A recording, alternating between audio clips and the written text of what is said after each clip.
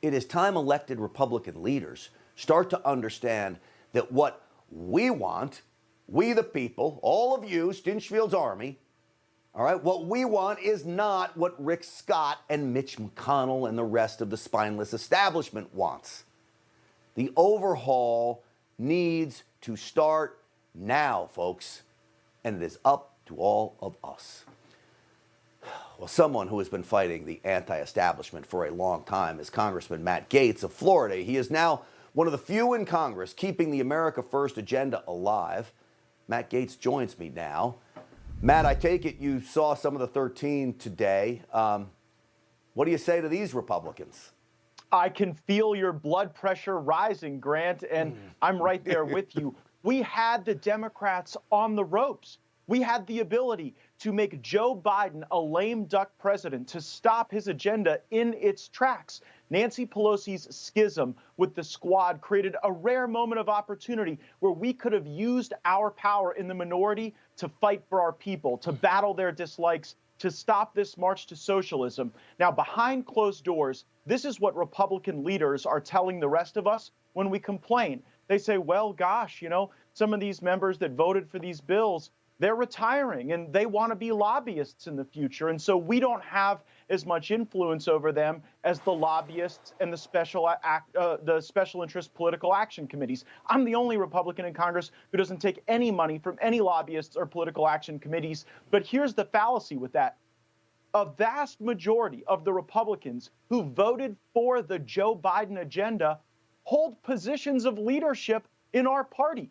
They are either ranking Republican leads on either full committees or subcommittees. And so the question for Leader McCarthy and the rest of our conference really is whether or not we will allow people to be designated as Republican leaders on major committees and subcommittees while they fight for the Joe Biden agenda and against the America First agenda. And if that isn't cleaned up, if that isn't corrected, then the current Republican minority you see in the House might not be ready to earn the majority because we haven't shown people that we value their vote, that we'll fight for them, and we will push back against this dangerous agenda.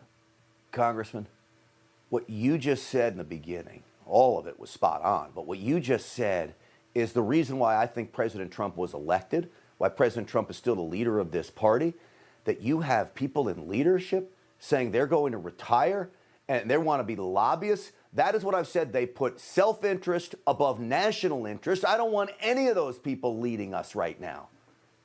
Well, you just watch, especially on the Acela corridor, you've got people who want to roll right out of Congress and into big $400,000, $500,000 a year jobs as lobbyists. And so they back the lobbyist bill. But we don't have to tolerate that. You see, Kevin McCarthy isn't the cause of these problems. He's the symptom, because we have Republicans willing to say, aw, shucks, you know, we'll always lose a few. Nancy Pelosi is in the majority, and she lost less than half the votes that we lost in the minority.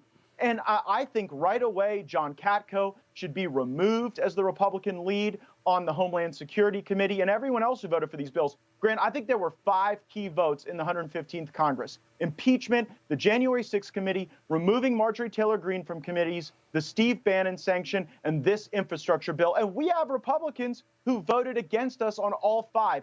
Those votes define what we believe and how we fight. And you know what? We're not tired of winning right now because we're not doing a whole lot of winning, and we could have won for our people this last week. That's why, frankly, the morale in the Republican conference is very low right now, and we need backup. We need those candidates out there, those those veterans, those moms and dads that are running for Congress to come and help us fight against an establishment that controls elements of both parties. They are out there, and they are running. Now it's up to us, all of us at home, to support them.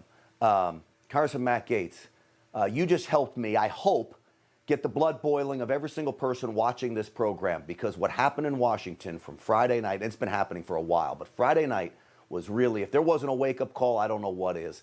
Congressman Matt Gaetz, as always, thank you for fighting up there. Well, yeah, one go quick ahead. point. If they try to kick Jim Jordan out of the House of Representatives, maybe he'll have no choice but to run for the United States Senate. The day Jim Jordan announced for the United States Senate, he would be the leading Republican in that race, and probably most of the Republicans would drop out. So watch what you wish for, Republican senators. He may be in the upper house before you know it. Isn't that the truth? And if not, I still like my idea, and you talked about it on your podcast about him becoming Speaker of the House. That would be a win for Republicans everywhere. Matt Gaetz, as always, thank you, my friend, for coming on. Thank you, Grant.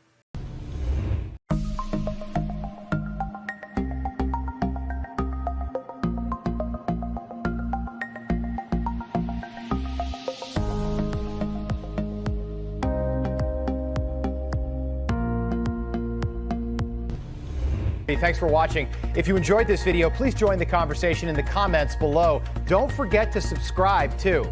Hit the bell icon to be alerted to breaking news. And remember, there's a whole lot more on Newsmax TV, America's fastest growing cable news network. Newsmax TV, where real news for real people.